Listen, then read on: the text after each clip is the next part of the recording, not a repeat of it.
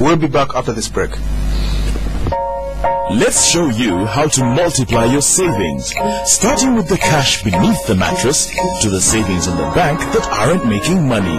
Let's turn your savings into some things with Super Save Reloaded. Super Save Reloaded brings you savings and investment accounts which offer you a sure and predictable way to multiply your savings. For more information about Super Save Reloaded, ask at your nearest Stanbic Bank branch. Stanbic Bank, moving forward. My friend Richard, he's a true man. He's ambitious, but understands that he has responsibilities to more than just himself, and he works hard to meet them. In the beginning, it was tough, but Richard never gave up. With time, his dream has grown into a radio station. He has given a voice to great ideas, reaching many of his listeners, helping them achieve their dreams. Today, Richard is doing well, thanks to his principles: hard work, trust, consistency, quality. But Richard never shouts about his success. He's just who he is, special. So he is to men like Richard, who make a difference, who enjoy Nile Special, the rich, satisfying taste from the source. Nile Special, you've earned it. Not for sale to persons under 18. Spectrum on Radio 1 FM 90 is brought to you by Stanbic Bank. Welcome back. Tonight on Spectrum, African governments react to the situation in Libya. What is the position of the Ugandan government that has for years maintained warm relations with Libya? Our guests tonight, Hon Reagan Okumu, Member of Parliament for Aswa County in northern Uganda, former Shadow Minister for Foreign Affairs. We also still expect to be joined by Mr. Eric Mbabazi Araali.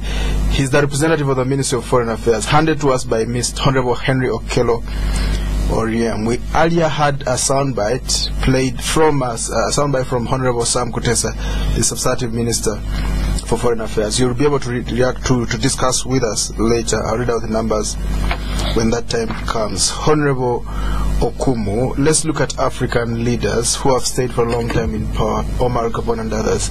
What do you think is going to happen? Are they going to try and shorten their rule, or are they going to dig deeper so they can stand up against NATO when it comes? You see, when you look through most of these African leaders, they have almost similar characteristics, especially those who have overstayed in power. One, towards the end, they become extremely very corrupt and surround themselves and their families with the country's resources. So they build empires, economic empires, not around the nation but around their relatives. Then too, they also build the military around their most of these African leaders have actually not shied away but recruited their own sons into the military, promoted them so that they could hang around and stay and deploy them strategically in very strategic positions, you know, or deployment. Command, but very strategic command with a lot of armaments and well-equipped army, you know, in the event that, you know, we've seen all these across. You can see from the Gaddafi people, you know, still people are still emerging and showing and say, you know, we are this. So you start wondering, the likes of the Dos Santos in Angola, really, this is a guy who was an independence hero. They fought for independence. And then he was also a Civil War hero. Because after the Civil War, the guy should have given way now. Because at least one would have excused him and said, yes, you just got independent. Angola's situation was unique. Because then you had to be confronted with a very powerful rebel group. And that was a superpower war. Russia versus the United States. And therefore, the guy hung around. But, you know, many years down the road, the guy is still on. Then you go to Paul Biya of Cameroon. You know, he is still around. You know, at about 76, he's still there. You go to Sassou Nguesso of Congo. Yes, he is there. He's not even dreaming. They keep on dying their head. You know, so that the gray hair really doesn't come out. You know, Egypt, Mubarak was just evicted, right, by the demonstration. And the guy was winning by 99% of the last one he won. Oh, we don't. Yes, 93%. Yes. So really, at 80, the guy was there. Then Omar Bongo at 73, you know, from Gabon, you know, the guy is still there because the oil is there, you know, and all that kind of thing. Then you go to Libya until now, you know. The guy has been hanging around for 42 years. I was not yet born when the guy took over power. You know, so you see, I have stayed in Parliament now for 15 years. You can imagine. Now, even you, some people will say you. Yes. No, when he came to power, is true. When he came to power, you hadn't even been born. Yes. So, but I was not even born.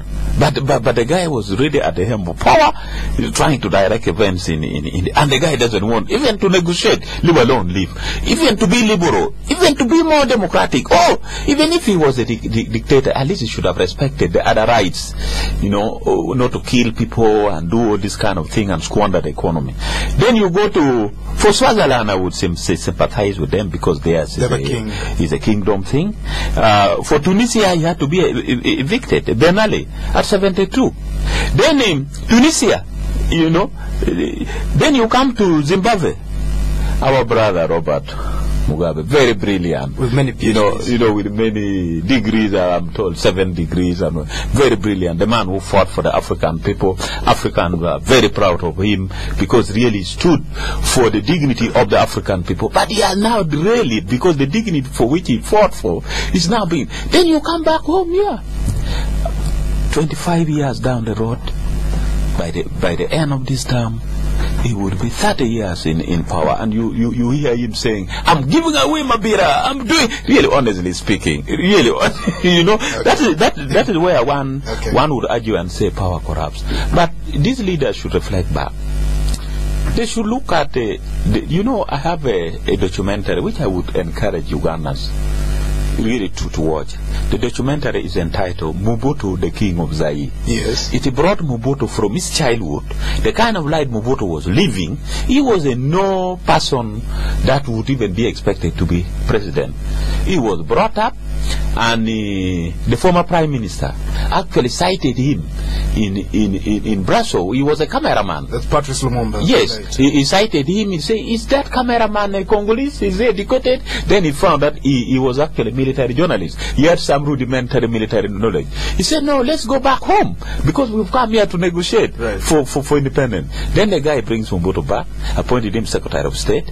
Then eventually, when they got independent, the highly ranked person was a sergeant in the Congolese army. The rest were all Belgians. So the guy said, "But now what do I do? Must I give the army just to anybody?" Then they said, "Fine. This gentleman who is, I think he was a sergeant major." Right. He said, "Fine. Why let me talk to him. Yes, he's educated." Then he gets Mobutu, gets him there, and Mobutu changes face. He had arrived. He turned around to kill his own prey, you know, and then at the end of the day, Mobutu started moving, creating one party, from one party, the popular movement for the Congolese, then changing the name of Congo, then after many years, this man now becomes a hero, you know, a national hero. He declared him a national hero, having killed him. Then the guy says he's now above everything, bringing up all this. So when you watch this, I think I'm going to donate this to our president if he hasn't watched. Because I think that sometimes it is not good to wait until disaster comes. It is better for some of us to advise and be misunderstood than to keep quiet because we don't want to be misunderstood. And then at the end of the day, the consequence befalls the entire nation. Of course, Joseph Mobutu, who later became Mobutu Sese Seko, he called himself Kukungbendu was a banga, the cock that goes around and leaves no hen untouched in the courtyard. Eventually, he married twins. One of the things that he did, but he died in exile, a miserable man. Let's look at Africa. In case such a thing as has happened in Libya happened to another poor, you've just read them out. Some of the African countries where leaders hold on to power without going for elections or, you know, fraudulently. What would happen? Libya is a rich country. It's number 6, the 7th richest country in Africa. GDP of $100 billion, GDP per capita $12,000. They have oil. We have oil for 25 years. They have oil for 80 years. You know, what would happen to a small country somewhere, Southern Africa, or wherever, if NATO began to hit them? You see, first of all, as I told you, the approach would be different. Because NATO has been able to use force in the other place, because then the circumstances necessitated. Gaddafi had built a military power. NATO never used this in Egypt. They never used this in Tunisia. But of course, they expected change. Those people left quickly. Yes, but you see, there are a number of issues that always this international community considers. For example, in our country here, one cannot say that these people have no interest because we have little oil. One, it may even be about the strategic nature of this country, that we border we are a border between two sub-regions. Yes, West and East. The West and East Africa. Right. And therefore, we have a strategic importance in a sense that, some of these countries may take an interest. I can tell you, the Americans have a lot of interest here. They want to establish the African force. And of course, very many people are arguing where it should be. People are fighting here and there. And this is really an interest. But you may not necessarily find a military force coming or jets flying. They have a military base in Mombasa. Yes, but you may not find these jets flying all over to bomb armies. But you might find a lot of money, flowing in. You might find strong statements being made, and say we are going to withdraw aid. Right. In Libya, there was nothing like that because they have their money. They have their own money. So you really can't say we are not going to supply you. You see, even the response of the World Bank yesterday to the rebels who are closing on Tripoli was very simple. They say we shall advise we shall advise you how you can manage your economy. Right. But for a country like Uganda, they would say we shall give you money. Right. Loans and what have you. So at the end of the day, as I said earlier, the situation would really vary. But I can tell you, with this new world order, there is no country that is not of strategic importance in any way. All right. This is Spectrum listeners on Radio 1. Tonight, African governments reacting to the situation in Libya. We're asking the position of the Ugandan government, which has for years maintained warm relations with Libya. We had a statement from Honorable Sam Kutesa earlier. The representative from the Ministry of Foreign Affairs seems not to have been able to make it, Mr. Eric Mbabazi Araali. He could not make it, but you can call in right now. Our telephone number is 0414 348 111, 0312 260390, 0312 261 390. Our guest in the studio is Hon Reagan Okumu, Member of Parliament for Aswa County, also a former Shadow Minister for Foreign Affairs. Spectrum, hello. Hello. Yes, your name? Good evening, sir. Good evening, sir. Your name? My name is Aswa County Mp, calling from Italy. You see, it is really amazing that the mouse and the rats and the cockroaches and what have you have really struggled and toppled over the government that has been in place for a period of 42 years. It is really amazing that it has not even taken a year, So, President Museveni is the one who is having that kind of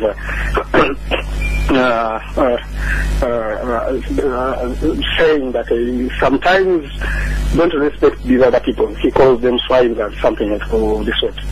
But it is very bad to undermine, your citizens in a particular place, or whenever they come up to raise something that is paining them. It is better to listen to them than, undermining them. Okay.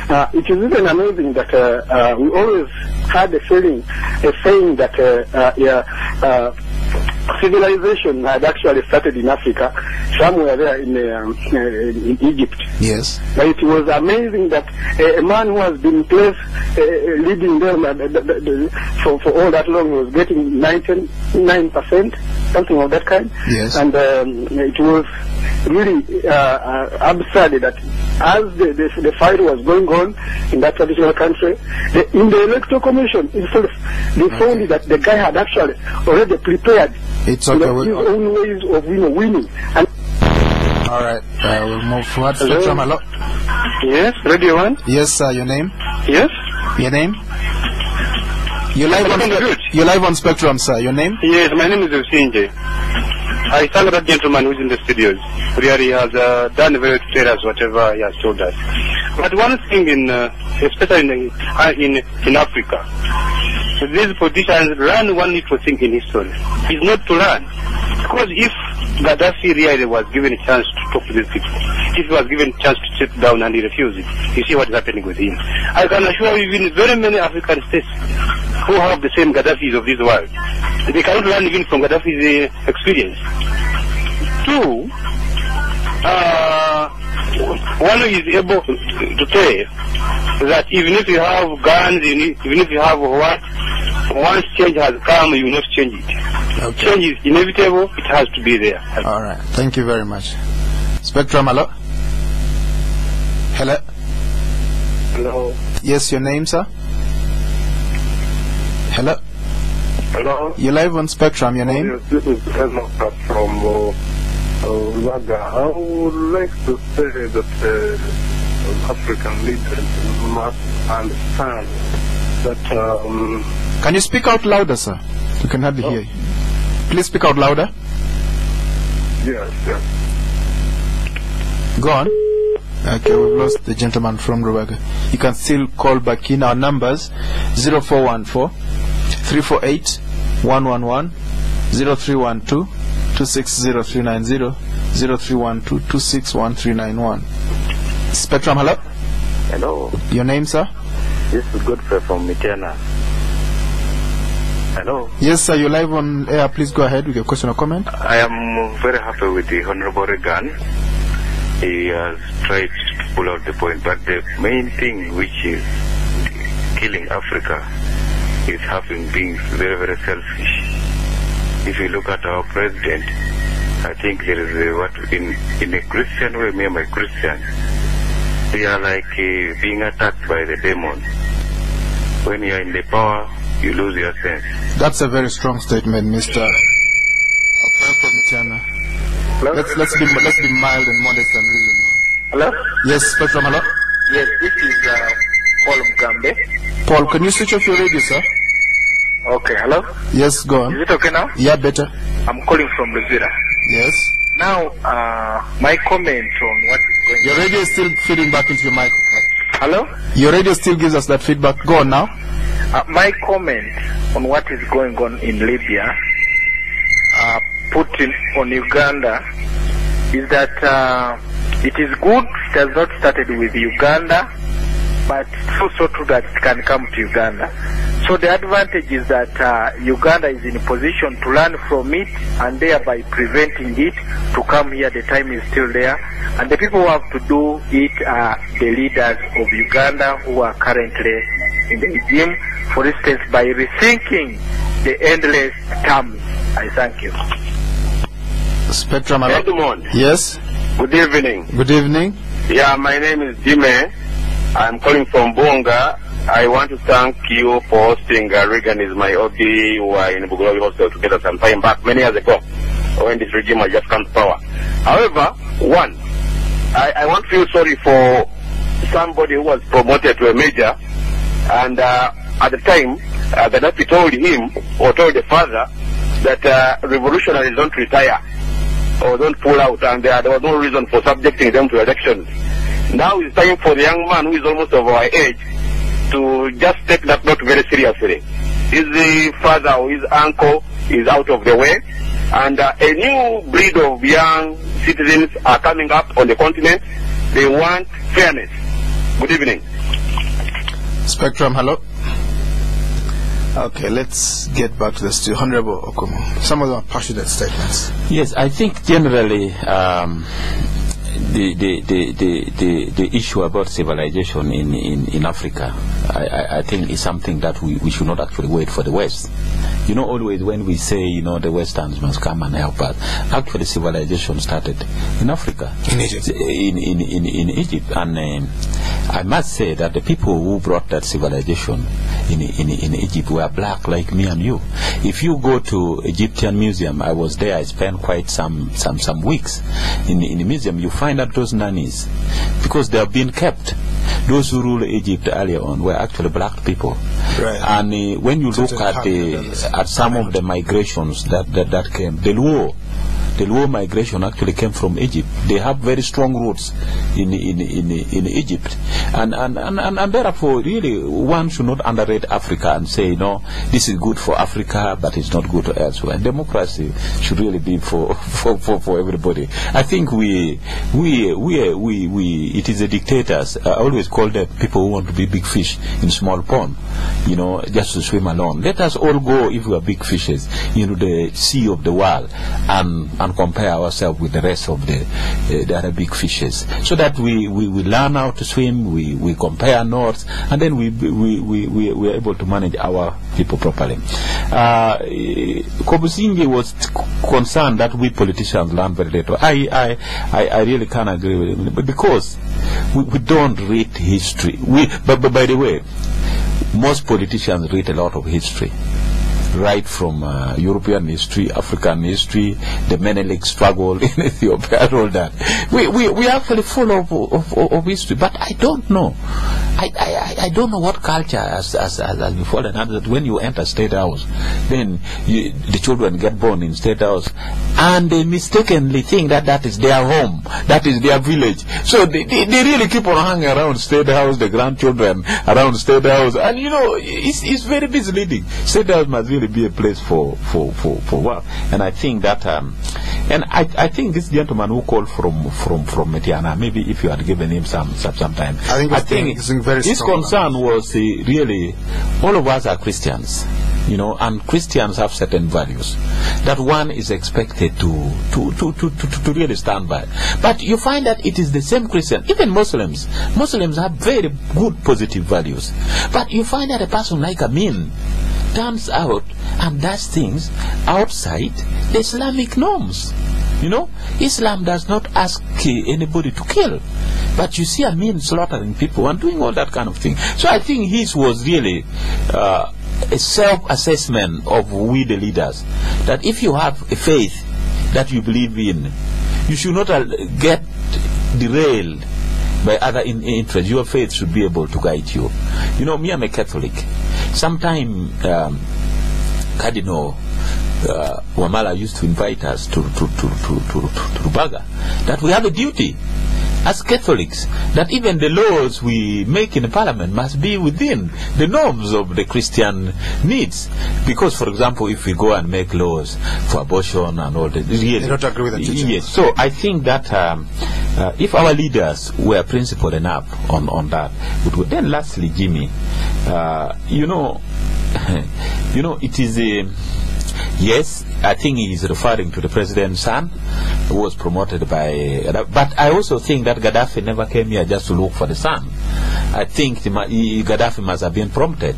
When you're a guest, I don't think everybody in somebody's house. So I suspect somebody could have been. But for me, Muhoozi is already a military officer. It is really incumbent upon him even to help us as a nation. He has now found himself there. Whether his promotion and recruitment was wrongly done, but as a first son, he can actually help this country by constantly getting closer to the father. When the father is getting derailed, he advises not to be like this Gaddafi boy who is now running around Tripoli and saying he's not been captured and he can do things with no remorse. So I think sometimes it could be a blessing for Uganda, as somebody said earlier, that maybe what has happened in Libya. So some of us would also appeal to Muhoozi to really do the in-house thing and say, sir, daddy, I think we need to take this country forward, and this is the path. And by the way, he might turn out to be a very strong hero, not to his family, but to the nation. And I still think that future mistakes like this should not really be repeated. Well, we have to end here. I must thank you very much, Hon Reagan Okumu, Aswa County MP, former Shadow Minister of Foreign Affairs. Thank you very much for coming to Spectrum tonight. Welcome. We could not be joined by anyone from the Foreign Affairs Ministry. The person they sent to us could not come. Honorable Henry Okelorem designated this person, but he did not even tell us why he could not come. Thank you for tuning in. I've been your host, Edmond Chisto. Spectrum will be back tomorrow. Up next, though, is the news in the English language. Do stay tuned. Let's talk about the home of your dreams and how you plan to finance it. Let's discuss money, location, and time frames, and whether you plan to build it or purchase it or renovate it.